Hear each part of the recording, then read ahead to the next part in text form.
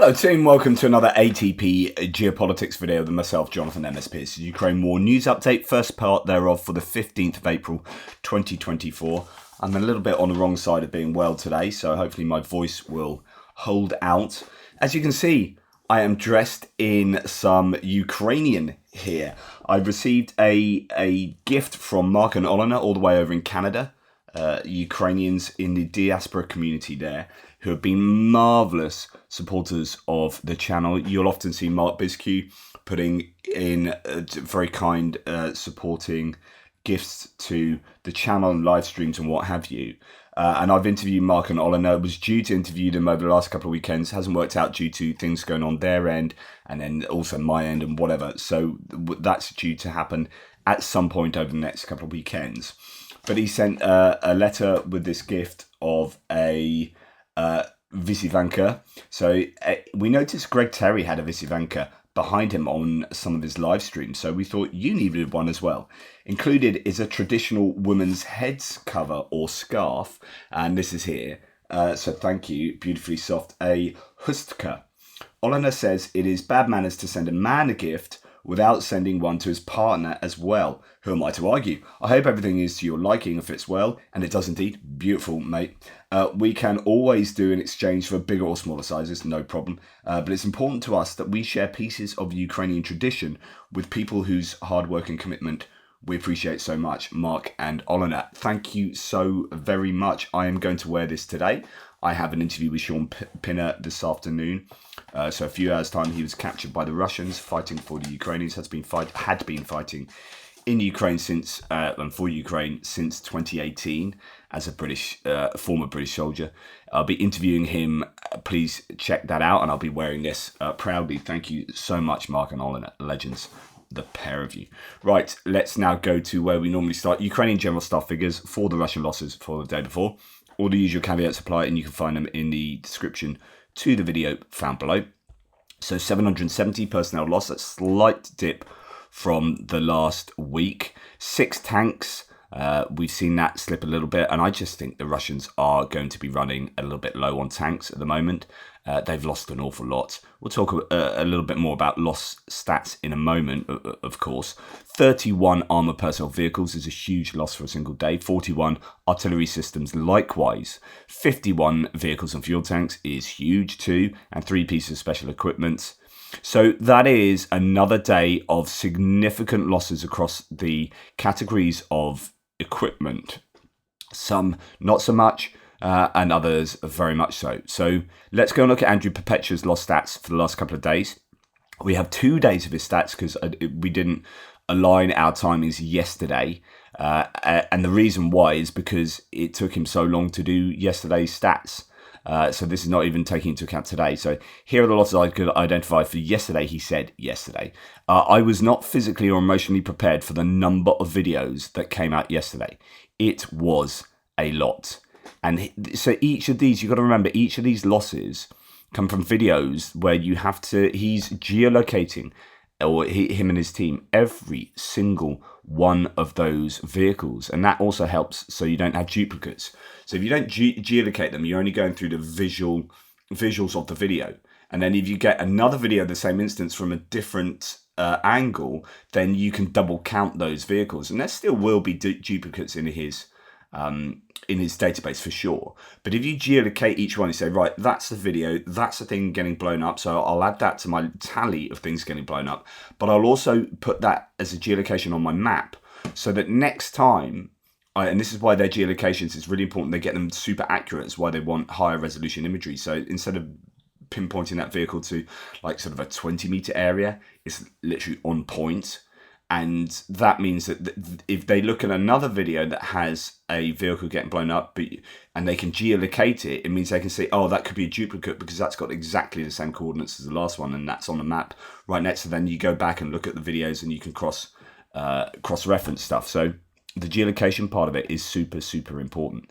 Anyway, as you can see, that is a massive amount of equipment, actually, for both sides. So there's quite a bit of Ukrainian equipment there compared to what we normally see. It's still a sort of, I would guess, almost 3-to-1 ratio there of Russian losses to Ukrainian losses. and that's round about where the Ukrainians need it. What do we have for the value of Ukrainian equipment lost? Well, there's one decoy there, and then another unknown. So you can take those off because that might be a Russian vehicle. We have a couple of bits of surveillance and comms equipment, some artillery, nothing too serious there. Some tanks, nothing too serious by the looks of it. Infantry fighting vehicles include 2 Bradleys. One was abandoned, one was damaged. Often the abandoned ones get hit, taken out later, don't they? That one fell down a hole, and we see this happening so often. Craters and holes. When you're looking out of a tiny viewing window to drive, you can't often see where the road ahead or the land ahead dips into a hole. So you're just looking like that, and kind of the browns and greens go out in a seemingly straight line, and you have very little ability to get kind of perspective and 3D from your viewing window. And so you end up driving down these craters, and it's understandable. That's why ideally you want the commander or someone sitting at the top being able to view the surrounding. But if there's all sorts of munitions flying around, then you want to be down the hatch and you drive into a crater. So we see this happening an awful lot on both sides. Some night vision drones taking out some of the Ukrainian equipment, and also Krasnopol, their laser guided munition. So that's your precision guided munition being used as well to take out a couple of tanks there.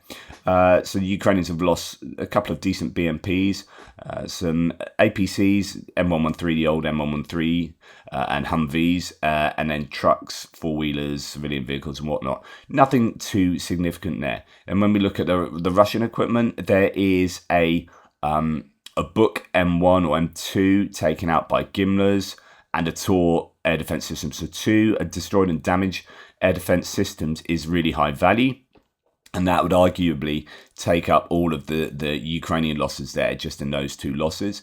And then we add to that all of this artillery, the 240mm self-propelled howitzer, the Tulip there, the Nonna so there's some self-propelled vehicles getting taken out, quite a large number of tanks, T-80s, T-72s and others, no doubt some of those unknown. As you can see though, quite a lot of abandoned, quite a lot of damaged compared to the Ukrainian stats there, and the abandoned ones often get taken out fully later on by drone drop munitions and whatnot. The infantry fighting vehicle loss list is staggeringly high. We have just a huge number of mainly BMPs, BMP1s, some 2s and 3s actually. But yeah, a lot of BMP1s in there. And then a few others, BTR, 82s and whatnot. And then we have armour personnel carriers. So these are basically like IFVs, but without the guns and whatnot on top, just carrying troops around. MTLBs, the older ones there, a number of those getting taken out.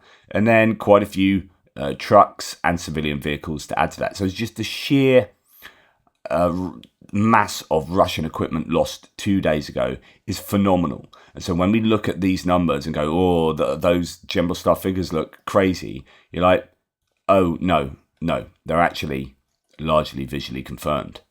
And then we look at yesterday's numbers, and we have similar ratio there of looking like pretty much a 3-to-1 ratio of Ukrainian to Russian losses. We'll go to the Ukrainians first. So we've got a Starlink there. I don't know that I'd include that, although it's high value. It's not the value of a tank. We have some comms equipment. You could say the same about the comms equipment, I guess. So a few artillery pieces, M777 there. A few tanks, T-72s, T-64s. Infantry, another Bradley damaged there. And then some MRAPs, mine-resistant ambush protection vehicles, a Kozak and an Emir, 2 that we don't often see, and then some civilian vehicles. So not really particularly high-value equipment lost by the Ukrainians. Let's look at the Russians. So we have a radar system, a 1K148 Yastreb AV, taken out by precision-guided munition or Gimlers. So that's going to be a high-value bit of kit, a radar system there. Some artillery, including a multiple launch rocket system. We have a range of tanks, T-72s, T-80s, and whatnot. Infantry fighting vehicles, instead of BMPs, very much BTR 82s, 82As, 82ATs. Interesting, that's a complete switch from yesterday being almost all BMPs to 2 days ago, to yesterday being almost all BTRs. So I don't know what that means. that must tell a story of some variety. And then we have some armored personnel vehicles, trucks as well, including an assault Ural. We'll hear about the assault Urals again in a second with Andrew Perpetua talking. But it's the idea that if they're using these Ural trucks and whacking on cope cages made out of gates and whatnot, chicken wire or whatever they do, then it's looking like things are a little bit desperate. ATVs as well, they're using golf carts to do attacks, then things are looking a little bit desperate. Anyway, Andrew Perpetua, before we go to his video, he says an officer wrote about this today, but it's blatantly obvious just by looking at the vehicles getting destroyed and the where and how of it that Russian casualties do not usually come from an assault. They come from trying to build up forces for an assault. In other words, Ukraine destroys Russians as they drive to the front. Once at the front, the infantry disperse into various underground shelters to hide until such a time a large enough force is gathered to begin the assault operations. The assault operations don't have nearly the casualties as you may expect. And this is what you hear from Ukrainian assaults as well, where you see Ukrainians say they captured a trench without casualties, but took heavy casualties in the subsequent artillery barrages. Ukraine doesn't really have the ammo to perform such huge barrages on Russian forces, but they do have drones that will probably inflict similar casualties. And we often see this as well, with large numbers of Ukrainian drones attacking Russian trenches. And I have seen a mass of those. Even this morning, I've watched more montages that you could poke a hairy stick at. So piecing it together and using basic logic, most Russian casualties probably come during the force accumulation phase, few during the assault phase, and then more again during the post-assault bombardment, the bombardment likely being primarily via drones. This is all exacerbated by Ukraine's lack of infantry, forcing them to more readily abandon positions due to lack of manpower, and also its lack of ammo. Mortar ammo in particular, which is most effective against this sort of infantry assault. So an interesting little diversion into losses there. Well, not diversion, it's exactly what we're talking about. Then we're going to go to his live stream on Friday. I've sped it up to 1.25, so it's slightly quicker because both these guys do speak fairly slowly. They've already done some interesting conversation that we're not going to have time to look at, but talking about lost stats again, and this huge spike in, as you can see from this, BMPs that have been destroyed. Now, this does not include abandoned, damaged, or captured. So when you're looking at these kind of lists, we are only talking about the brown ones here, right? And see how many more are abandoned and damaged there than destroyed. Okay, so just in this last set of figures, the destroyed represent only a third, possibly maybe a quarter of the overall losses. Go back to the day before, and again it's less than a third there. So that is going back to there. So in infantry fighting vehicles, these are BMPs, and again it's not to include the BTRs and other vehicles, which is mainly what yesterday was, so BTRs and whatnot. This is just BMPs we're going to be looking at. They are losing on average 9 a day destroyed. So times that by 3 or 4, and you'll get the overall losses for BMPs. So at 9 destroyed a day, things are going to be utterly unsustainable. But this is only destroyed. This isn't even abandoned or disabled, or this is just destroyed. It's absurd. Okay, so I was curious. I did out the math. And if Russia restarted the war today, right? If they restarted from scratch with all of their vehicles, 100%, right? They could sustain these losses for 3 years. But obviously the war did not start today. It started 2 years ago.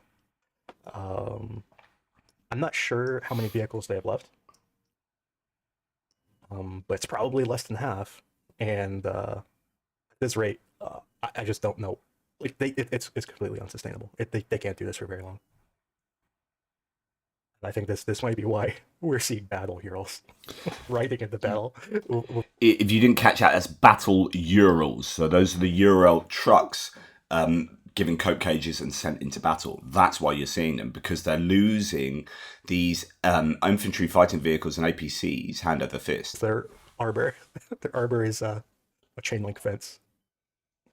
Yeah. I think it's quite evident right now that they are really throwing everything into making gains, trying to reach some point where they can probably freeze the conflict and, I don't know, reconstitute.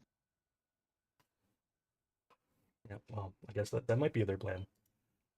And the worst part is, looking at Western politics right now and the elections, how they are going, it might not be the worst gamble for them.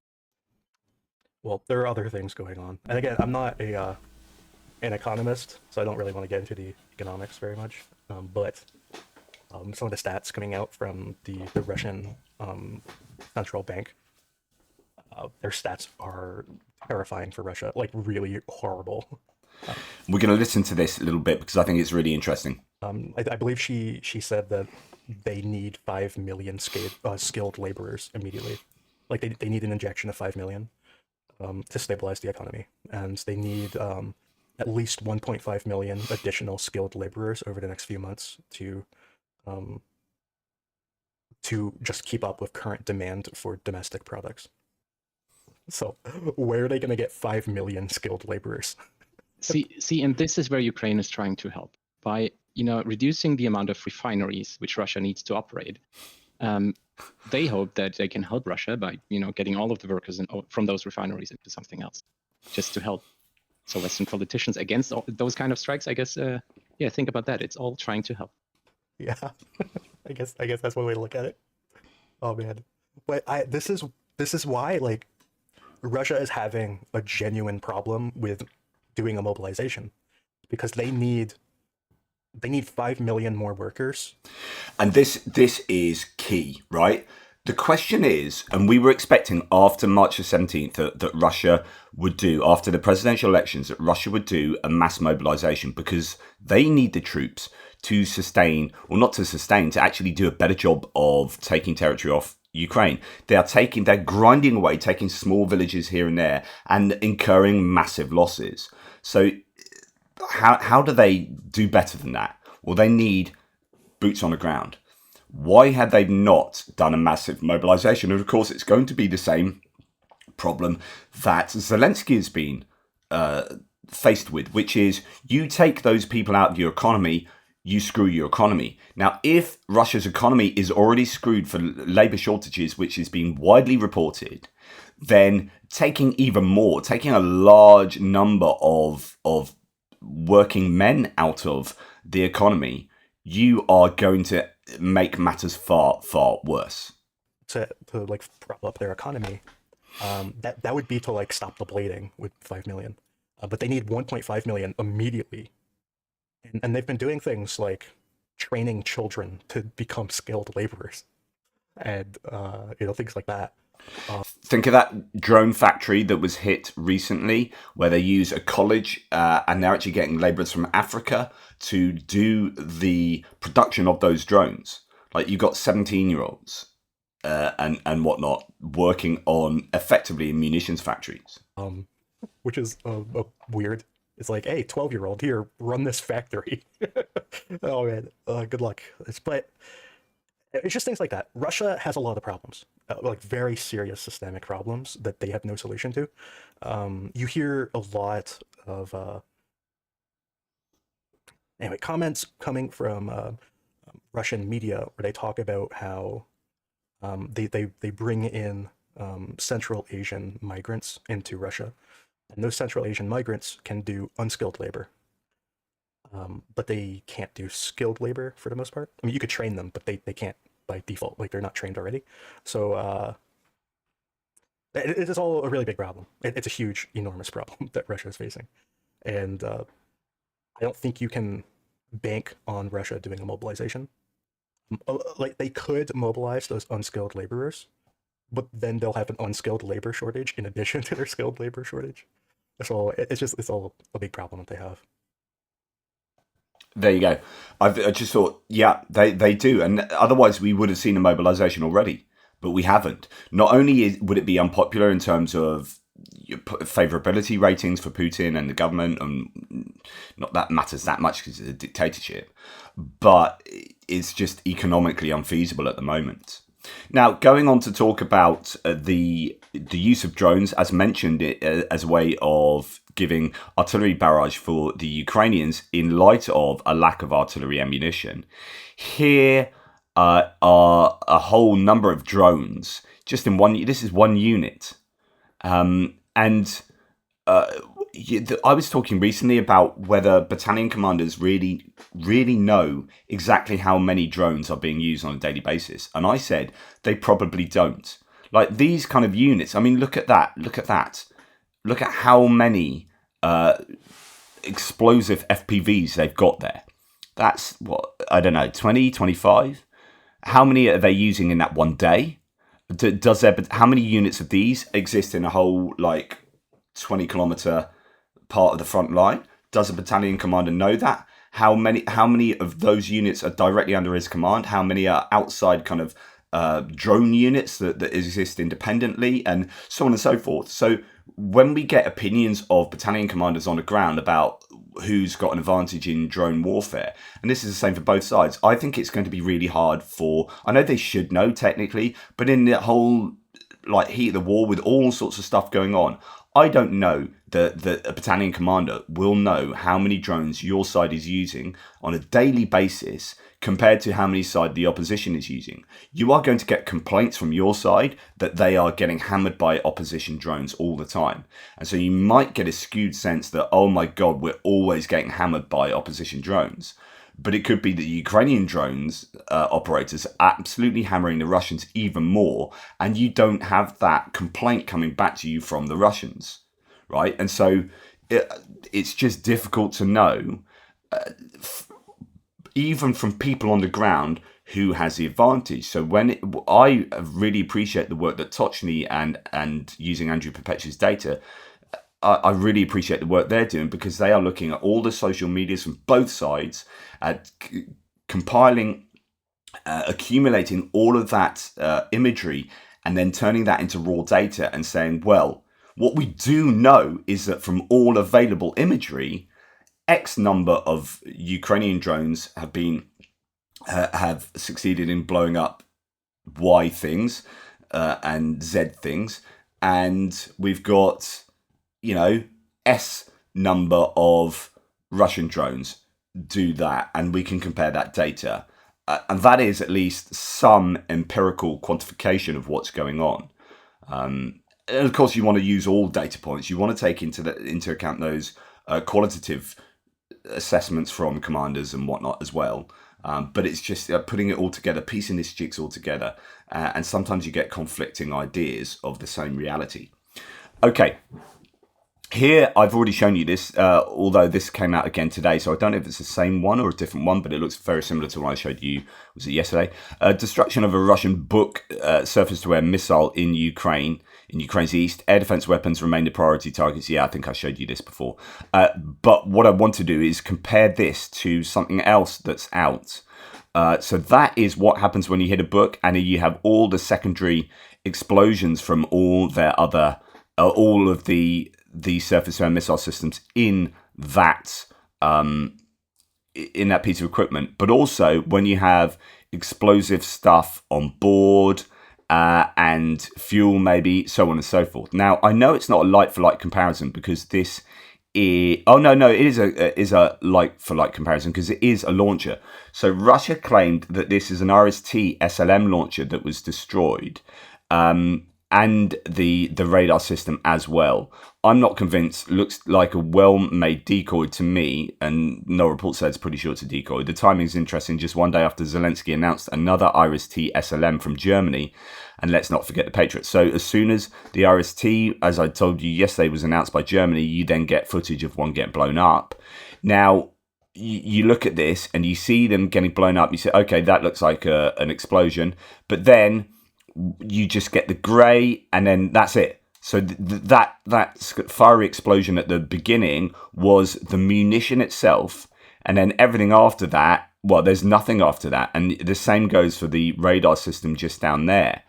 And then what you see a little bit later is basically the thing on fire.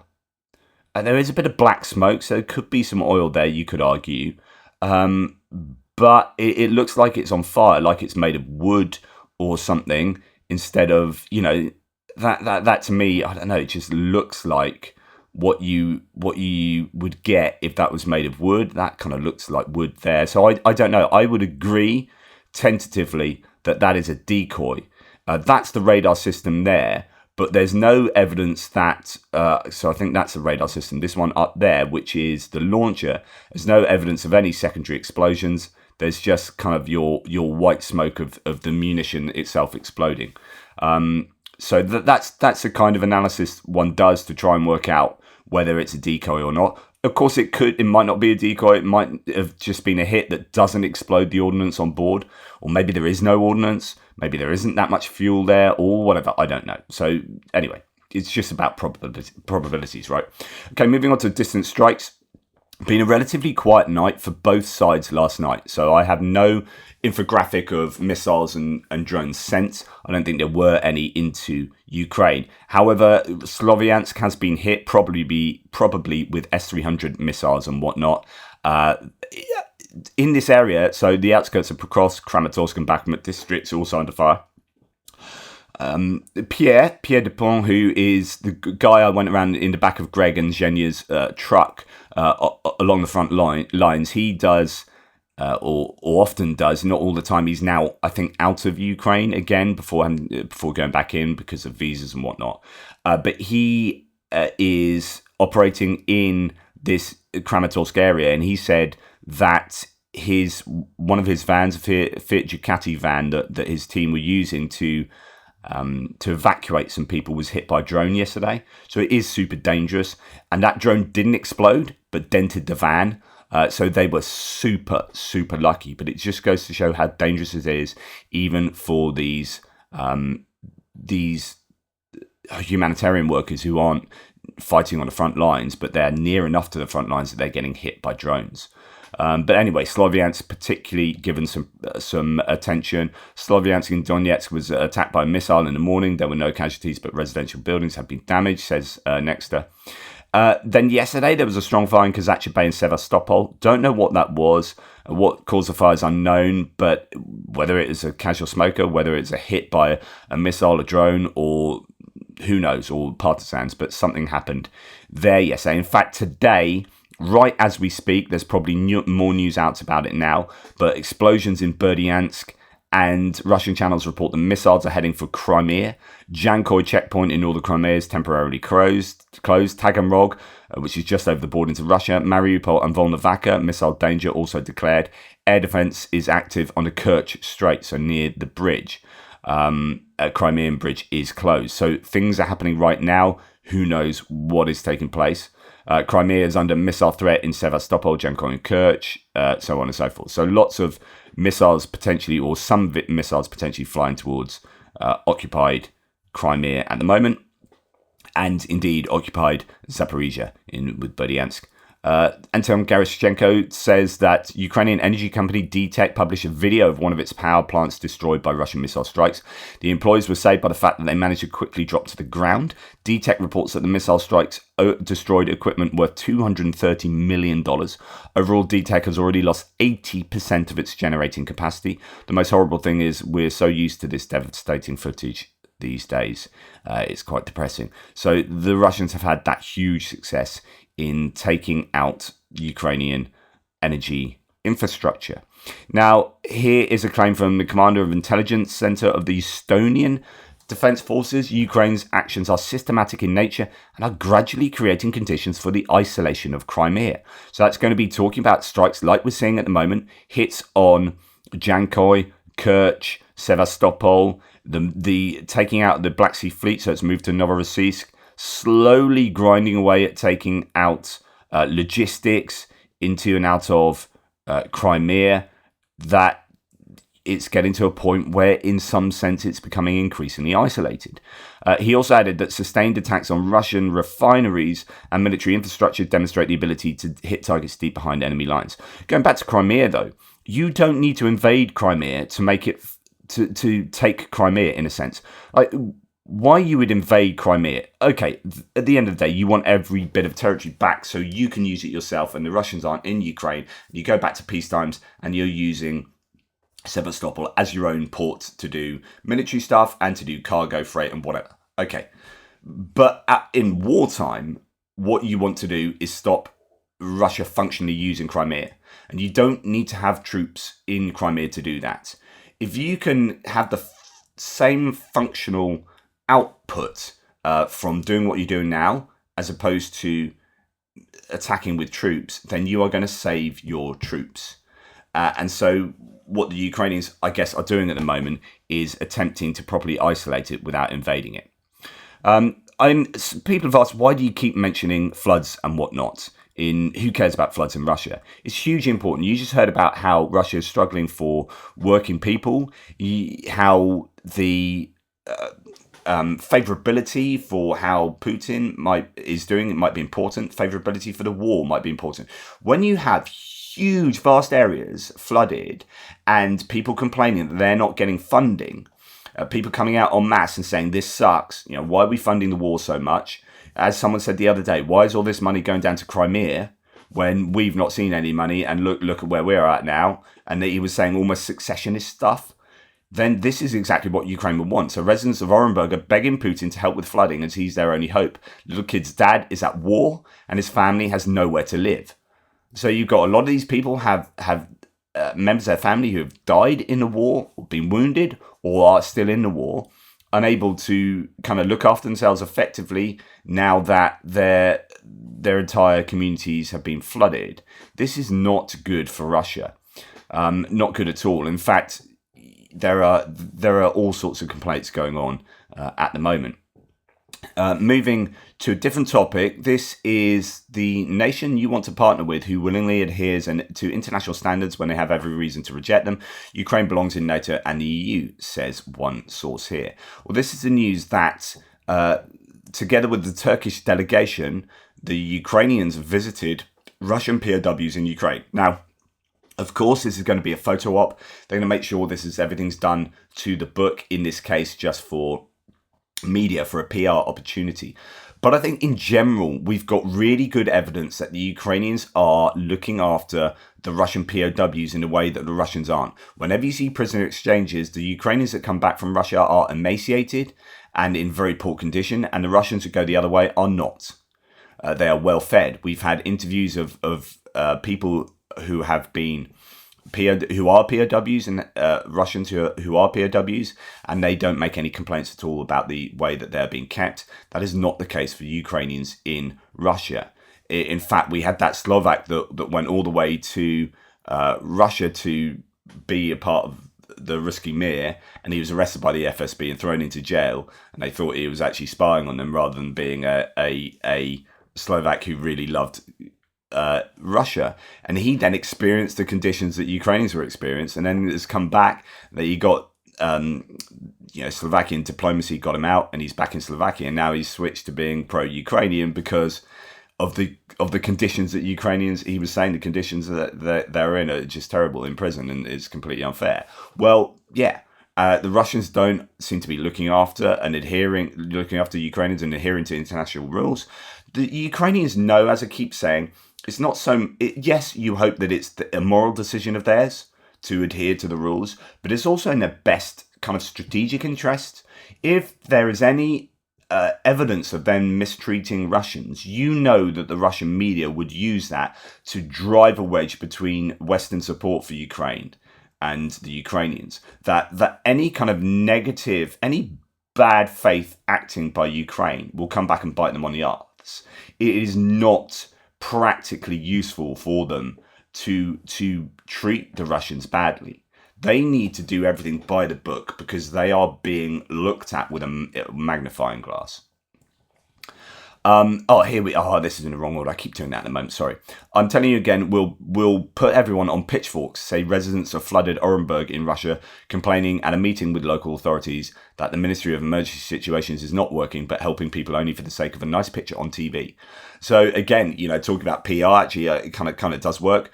So PR is super important, but here are people saying, hang on, yeah, I'm calling out that PR, and the reality underneath is that we've got nothing. And if you don't do something about it, you'll have a bunch of people with pitchforks getting angry and then getting a claps about that. So things, and you're calming me down, don't calm me down. This guy is angry, super angry, and everyone's angry with him. We could go into details of that, but you get the idea. This is interesting because we talked a bit about religion recently and about the Orthodox Church in Russia. I was on Jonathan Fink's Silicon Curtain the other day with Greg Terry, and we were talking about the weaponization of religion both in the US and in Russia, and narratives concerning religion. Russia demolished the only Ukrainian Orthodox church in the country, located in the Moscow suburb of Noginsk. They didn't just close it, they destroyed the building itself. So there you go. So if you want Marjorie Taylor Greene to complain about persecution of religions, you might need to look at that. There's an interesting article that someone sent me. It's quite a long read, but it talks about the clash of patriarchs and how the Russian Orthodox Church is actually kind of beholden to the original kind of church in Greece. It is, and that there's been this move to allow Ukrainian church to move away from Russian dominance, and I think it's really, really interesting. It's a really interesting read, sort of cultural, historical read.